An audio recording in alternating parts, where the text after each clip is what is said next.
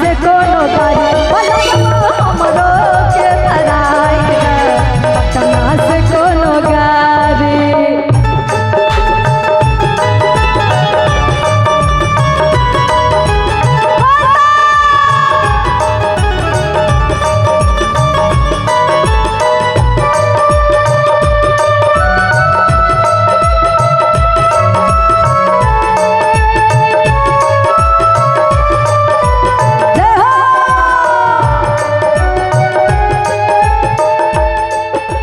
पिछले सावन बीत गईल नहीं जाए देना हमरा के।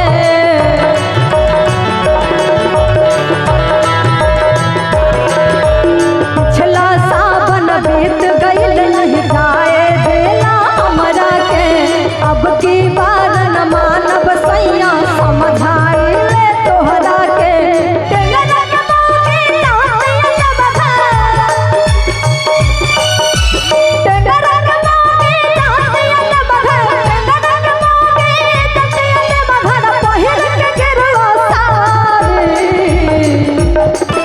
हमरो के बलमवा हमरो के सजनवा हमरो के धराई द पटना से कोनो गाड़ी। सजनवा हमरो के धराई द पटना से